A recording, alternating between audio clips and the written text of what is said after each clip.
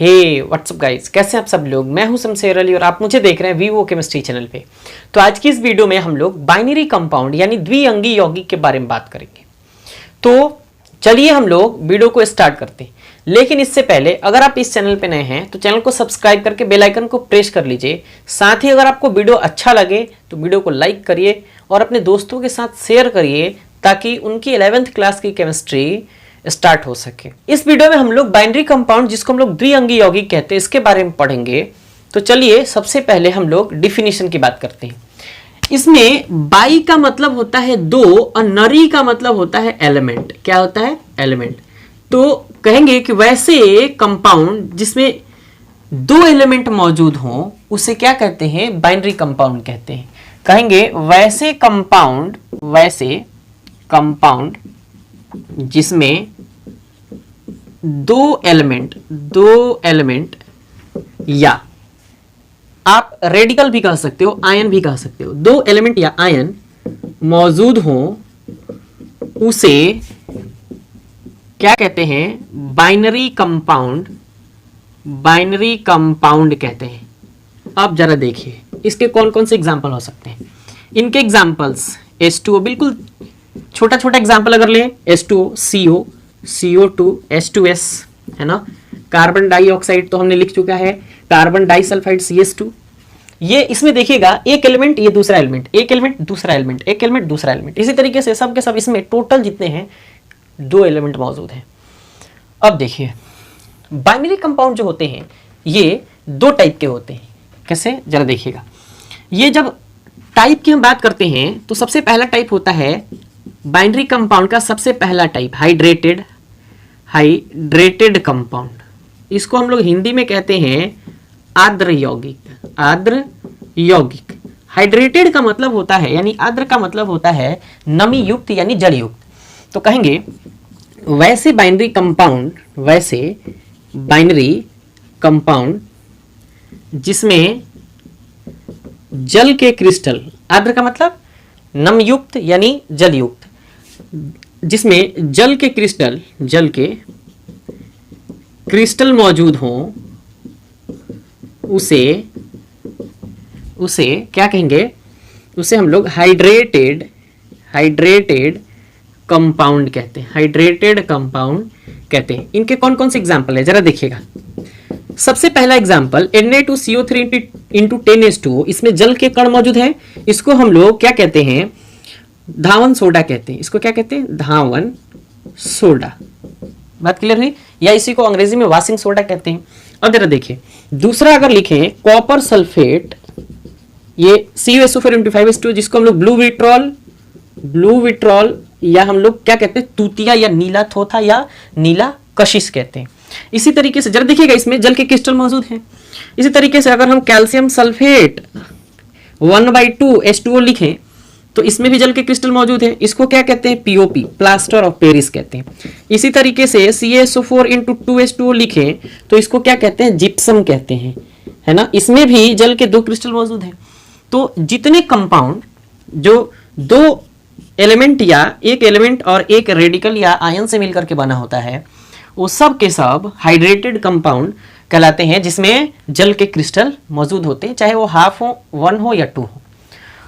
अब दूसरी बात यह है कि दूसरा टाइप होता है अनहाइड्रेटेड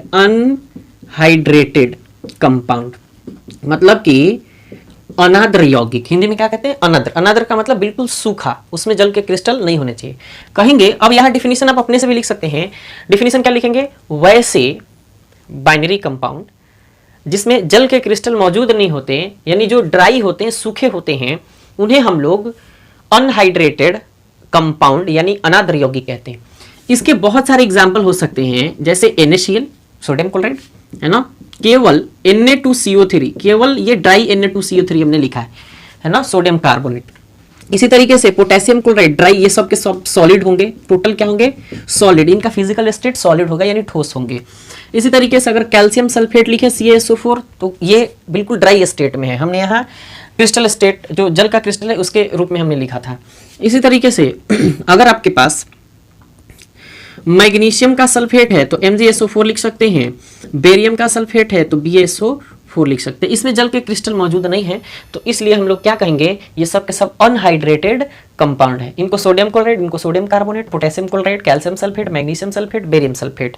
अगर आप चाहते हैं कि मैग्नीशियम का कार्बोनेट भी बनाए तो MgCO3, कैल्शियम का कार्बोनेट बनाए CaCO3।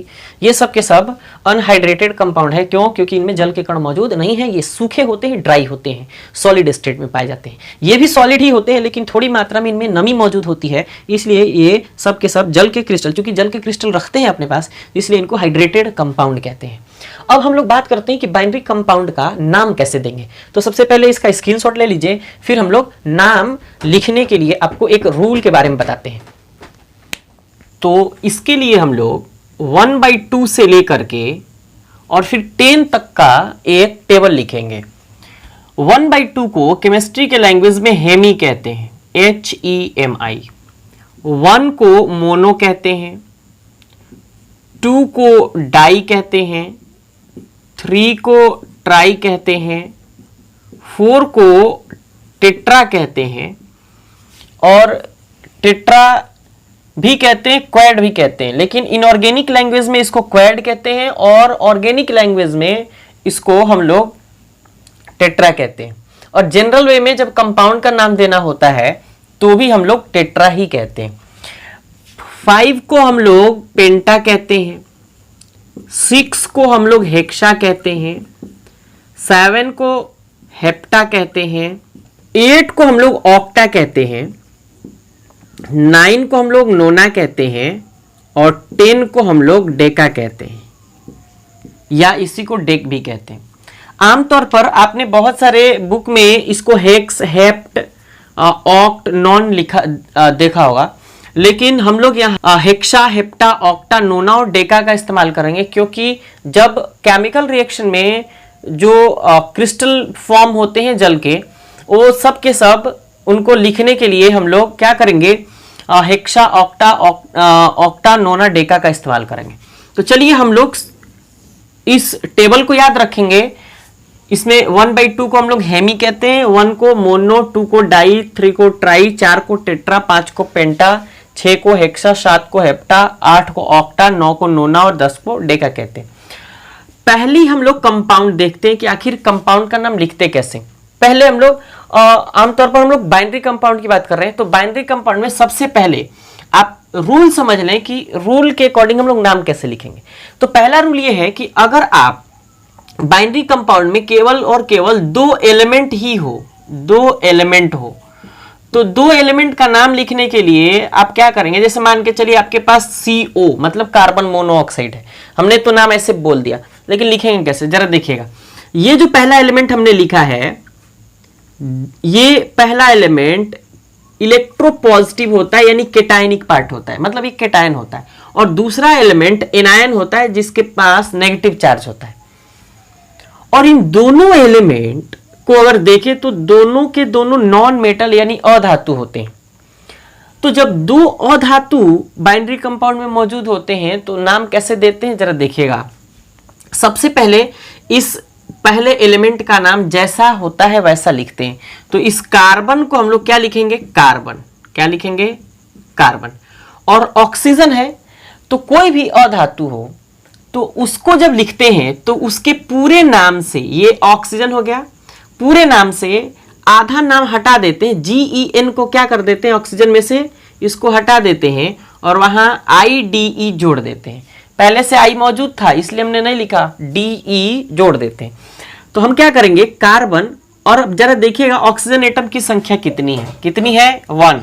1 के लिए क्या लिखेंगे, मोनो। क्या लिखेंगे, मोनो। और ऑक्सीजन को क्या लिखेंगे, ऑक्साइड। O ऑलरेडी वहां मौजूद था इसलिए हमने O नहीं लिखा, तो ऑक्साइड। यहां 2 अधातु मौजूद है तो ऐसे नाम लिखेंगे। लेकिन अगर पहला एलिमेंट धातु हो गया तो कैसे लिखेंगे जरा देखिएगा। इसमें पहला एलिमेंट अगर मान के चलिए, सॉरी, पहला कंपाउंड KCl ले लेते हैं। और जब KCl ले लेते हैं तो ऐसे कंपाउंड का नाम लिखने के लिए करते क्या है, सबसे पहले एलिमेंट, पहला एलिमेंट जो केटायनिक पार्ट होता है, मतलब जो केटायन होता है पॉजिटिव चार्ज वाला, उसको लिखते हैं, उसके बाद नेगेटिव चार्ज वाला को लिखते हैं।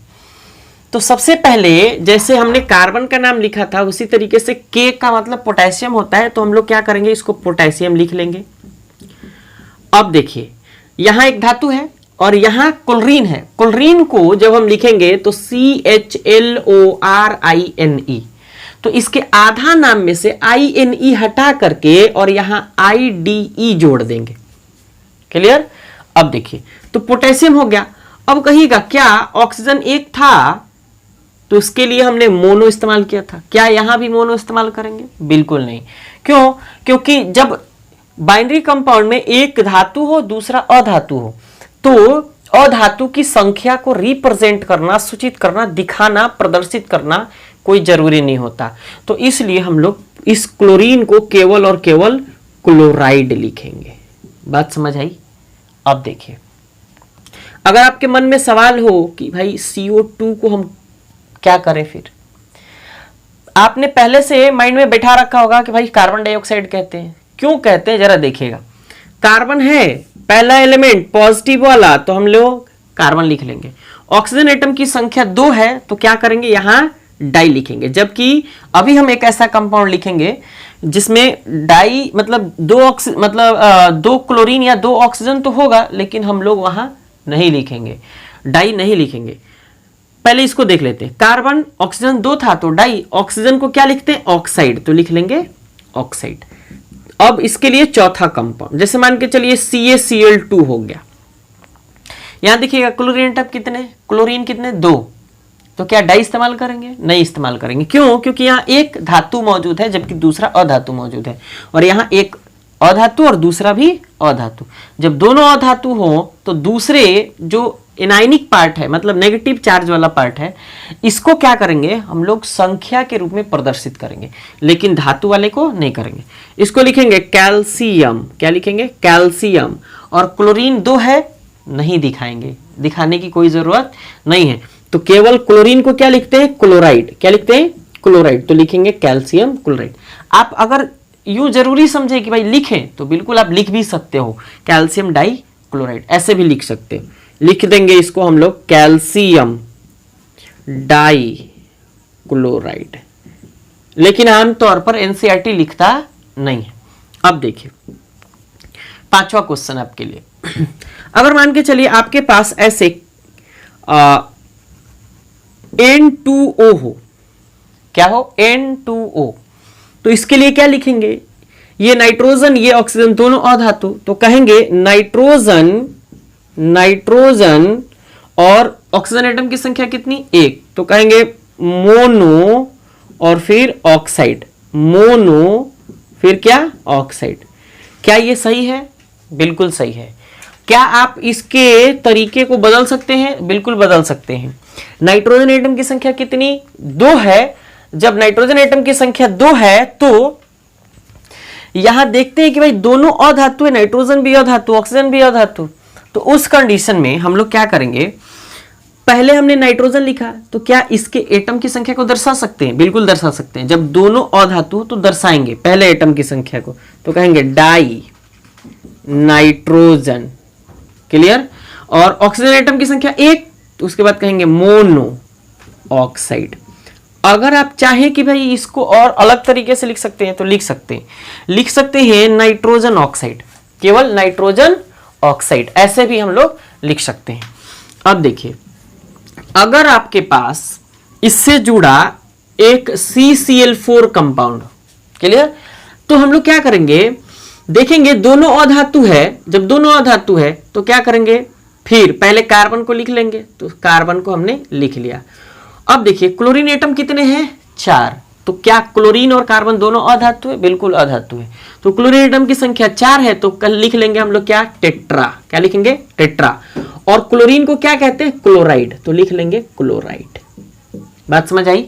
अब देखिए नेक्स्ट है आपका, अगर ऐसे कह दे K2SO4, इसमें एक धातु है एक रेडिकल है, एक धातु है एक रेडिकल है, तो हम लोग क्या कहेंगे, यहां पोटेशियम की संख्या कितनी है, 2, तो क्या हम दर्शाएंगे? बिल्कुल नहीं, धातु की संख्या को दर्शाने की कोई जरूरत नहीं है। तो हम लोग क्या करेंगे, पोटेशियम, क्यों? क्योंकि K को पोटेशियम कहते हैं, पोटेशियम का संकेत K होता है, पोटेशियम। उसके बाद SO4 एक रेडिकल है, एक रेडिकल है, तो SO4 को हम लोग सल्फेट कहते हैं, तो लिखेंगे सल्फेट। क्या लिखेंगे? Sulphate, potassium sulphate. अब देखिए इसके आगे नंबर नहीं देते आप लोग, नंबर देते रहिएगा। ये 6th पॉइंट था, ये 7th पॉइंट था, ये 8।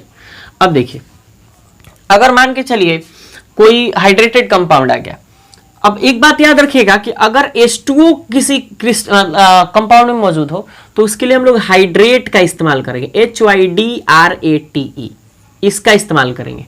अब देखिए मान के चलिए अगर हम लोग लिखें calcium sulphate CaSO4 into half H2O 1/2H2, तो लिखते हैं इसका नाम कैल्शियम, Ca को कैल्शियम, SO4 को सल्फेट कहते हैं, लिखेंगे सल्फेट। 1/2 को क्या कहते हैं? हेमी कहते हैं, तो लिखेंगे HEMI। और उसके बाद H2O को क्या लिखते हैं हम लोग? Hydrate, hemihydrate. क्यों? क्योंकि हमने यहाँ लिखा है H2O को डायरेक्ट जब क्रिस्टल के फॉर्म में H2O रहे तो हम वहाँ हाइड्रेट लिखते हैं। दूसरा एग्जाम्पल अगर मान के चलिए आपसे कह दे Na2CO3 इंटू 10H2O, क्लियर? अब देखिए सोडियम, Na को सोडियम, ये CO3 है तो इसको लिखते हैं कार्बोनेट, और 10 क्रिस्टल हैं जल के तो 10 के लिए डेका, क्या लिखेंगे? डेका, DECA डेका, और जल को हाइड्रेट, डेका हाइड्रेट। इसी तरीके से अगर नेक्स्ट लिखें तो मान के चलिए आपके पास CuSO4 इंटू 5H2O है तो कहेंगे Cu को कॉपर लिखते हैं तो कॉपर, SO4 को सल्फेट लिखते हैं, 5 के लिए पेंटा लिखते हैं और H2O को हाइड्रेट लिखते हैं। तो अब इसके बाद चौथा है आपका कि अगर मान के चलिए FeSO4 इंटू 7H2O कह दे तो क्या कहिएगा? फेरस सल्फेट, 7 के लिए हेप्टा, उसके बाद H2O के लिए हाइड्रेट। तो ये आपके टोटल बाइनरी कंपाउंड हो गए। और अगर आप इसका स्क्रीनशॉट लेना चाहते हैं या आप लोग अब नोट्स बना ही रहे हैं, ये इस बात से मैं काफ़ी ज़्यादा खुश हूँ कि आप लोग नोट्स बना रहे हैं। तो चलिए आज के लिए बस इतना ही। अगर वीडियो अच्छा लगे तो वीडियो को लाइक करिए, अपने दोस्तों के साथ शेयर करिए और चैनल को सब्सक्राइब करके बेल आइकन को प्रेस कर लीजिए ताकि केमिस्ट्री से रिलेटेड आपको वीडियो मिलता रहे। मिलते हैं नेक्स्ट वीडियो में। शुक्रिया, थैंक्स फॉर वॉचिंग।